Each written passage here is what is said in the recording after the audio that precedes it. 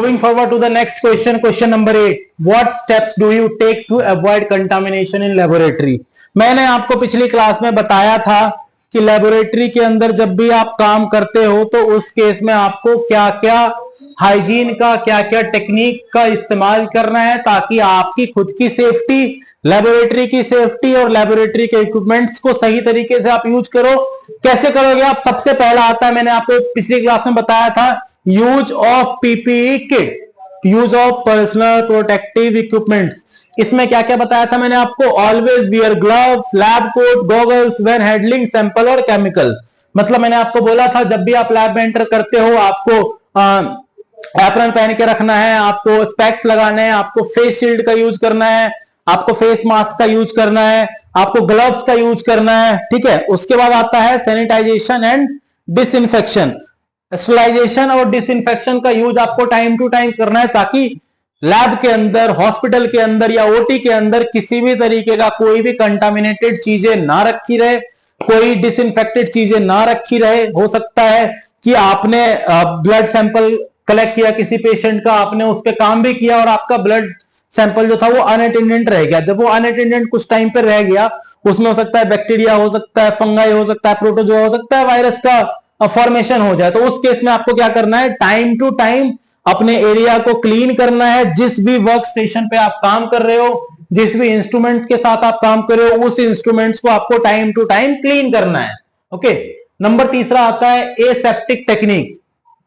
अब aseptic technique क्या होता है? जैसे कि सेल्स है, ठीक है, और आपका क्या बोलते हैं, माइक्रोब्स है, ठीक है। जब भी आप ये यूज करो तो एक कैबिनेट होता है बेसिकली। मैंने आपको पिछली क्लास में बताया था कि जब भी आप कोई सैंपल कलेक्ट करते हो किसी टिश्यू का या किसी सेल का, आपको उसको एक प्रॉपर पर्टिकुलर इन्वायरमेंट में रखना है ताकि उस सेल पे, उस टिश्यू पे कोई भी फॉरेन पार्टिकल जैसे बैक्टीरिया, वायरस अटैच ना हो जाए जो कि उस सेल्स को खराब कर सकती है, उस सेल्स को डैमेज कर सकती है। तो उस केस में आपको क्या करता है, आपको क्या करना है, एक जो सिक्योर इन्वायरमेंट है आपको उसके अंदर काम करना है। आपको उस सैंपल को, आपको उस लैब को, आपको उस इक्विपमेंट को तभी ओपन करना है जब बहुत ज्यादा जरूरी हो, और जितनी जल्दी आपने ओपन करना है अपना काम करके उतनी जल्दी आपको उसको शट डाउन भी करना है। अगर आप नहीं करोगे, अगर आप उसको आउटर एनवायरनमेंट में खुला छोड़ोगे तो वो फिर कंटामिनेटेड हो जाएगा। आपका जो डिजायर्ड रिजल्ट आप एक्सपेक्ट कर रहे हो वो डिजायर्ड रिजल्ट आपको नहीं मिलेगा।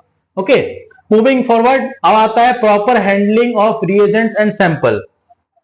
मैंने आपको पिछली क्लास में बताया था कि जो भी सैंपल्स आप कलेक्ट कर रहे हो, ठीक है, जो भी इंस्ट्रूमेंट्स आप यूज कर रहे हो, जो भी रिएजेंट्स आप यूज कर रहे हो, उसको बहुत अच्छे से आपको हैंडल करना है। ऐसा नहीं है कि आप बाहर से आए, आप सीधा लैब के अंदर चले गए, उसी ड्रेस में अपने हैंड को वॉश नहीं किया, लैब कोट नहीं पहना, एप्रन नहीं पहना, ग्लव्स का यूज नहीं किया, गॉगल्स नहीं लगाए, मास्क नहीं लगाया, तो उस केस में क्या होगा, जो सैंपल आपके पास है वो सैंपल कंटामिनेटेड होने के चांसेस बहुत ज्यादा बढ़ जाते हैं। जो भी आप रिपोर्ट करोगे तो वो रिपोर्ट 100% एक्यूरेट है, इसकी एक्यूरेंसी बहुत ज्यादा घट जाती है।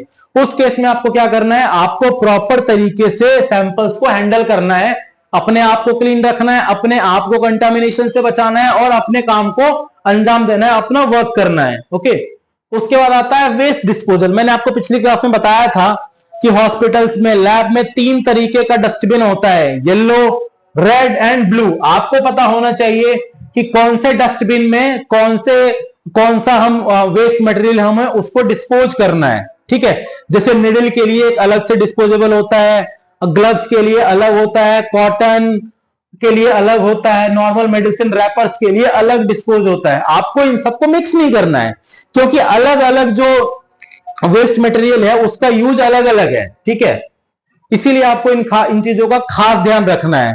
उसके बाद आता है गुड पिपेटिंग प्रैक्टिस। पिपेटिंग प्रैक्टिस क्या होता है?